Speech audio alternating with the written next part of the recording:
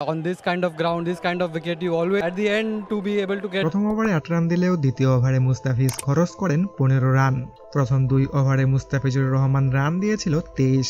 17তম ওভারে বল করতে আসলে ওই ওভারটাও ফিজের ভালো হয়নি। টিম ডেভিড 2টি ছক্কা মারলে আবার রোহিত শর্মা আরও একটি 4 হাঁকালে তৃতীয় ওভারে ফিজ দিলেন 19 রান। তবে এরপর ধোনিকে দেখা যায় মুস্তাফিজকে কিছু টিপস দিতে, হয়তো বলছিলেন কলকাতার ম্যাচের মতোই বল করতে। তাই তো শেষ ওভারে ওয়াইড অ্যাঙ্গেল বরাবর বল করতে দেখা যায় মুস্তাফিজকে। শেষ ওভারে মাত্র 13 রান দিলেও 4 ওভারে মুস্তাফিজ দেন মোট 55 রান এবং উইকেট মাত্র একটি, যে রানটা দলীয় সকল বোলারদের থেকে সর্বোচ্চ। ম্যাচ শেষে মুস্তাফিজকে নিয়ে ঋতুরাজ গায়কোয়াড় বলেন, মুম্বাইয়ের এই পিচ ব্যাটিং সহায়ক আর মুস্তাফিজের বল স্লো উইকেট সহায়ক, এতে খরচে থাকা অস্বাভাবিক কিছু নয়। আমাদের জয়ের ধারাবাহিকতা বজায় থাকায় আমরা একাদশে কোনো পরিবর্তন আনিনি।